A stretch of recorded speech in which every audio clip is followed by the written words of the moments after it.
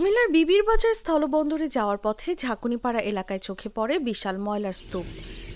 গেল ১৪ বছর ধরে সিটি কর্পোরেশনের সব ধরনের বর্জ্য এখানে ফেলার ফলে তৈরি হয়েছে পাহাড় সম আবর্জনা। এতে পরিবেশ বিপর্যয়ের পাশাপাশি আশপাশের অন্তত ১০ গ্রামের ৩০ থেকে ৩৫ হাজার মানুষ গুরুতর স্বাস্থ্য ঝুঁকিতে পড়েছেন।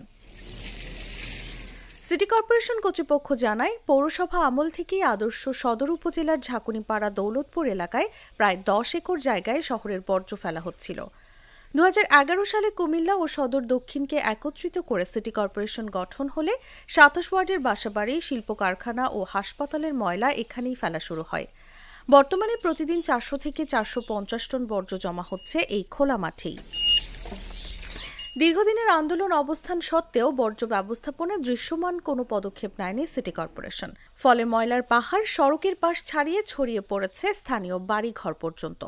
স্থানীয় বাসিন্দারা জানান, দিনরাত ময়লার তীব্র দুর্গন্ধে তাদের জীবন অসহনীয় হয়ে উঠেছে। এই এলাকায় সব ময়লা টলা সব হালা ময়লা গুলো গন্ধ হয়ে মানুষের দিক দিয়ে রিক্সা দিয়ে চলাফেরা করতে পারি না, আমরা হারতাম পারি না, গন্ধ বাসে থাকতে পারি না। এই দুর্গন্ধের জন্য আমরা থাকতে পারতেছি না।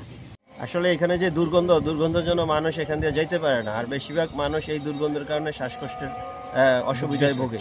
পরিবেশ কর্মীদের অভিযোগ, খোলা স্থানে বর্জ্য ফেলে বিপন্ন হচ্ছে পরিবেশ ও জনস্বাস্থ্য।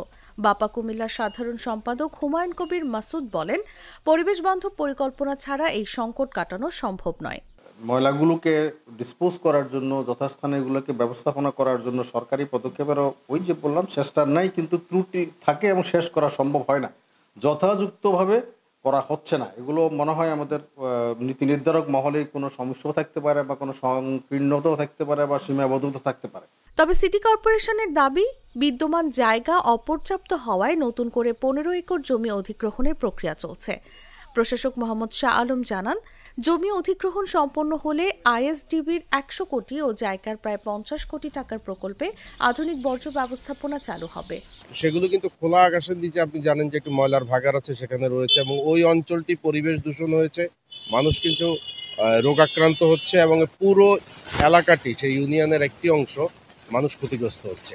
এখন মধ্যে দিয়ে বলা হয়েছিল যে ওয়েস্ট টু এনার্জি এরকম একটি প্রকল্প নেওয়া হবে, যাতে একে শক্তিতে রূপান্তর করা যায় এবং আমরা এনার্জি পেতে পারি। এতে পরিবেশ বিপর্যয় কমবে এবং স্থানীয়রা দুর্গন্ধের অভিশাপ থেকে মুক্তি পাবেন বলেও জানান তিনি। নিউজ ডেস্ক, জাগো নিউজ।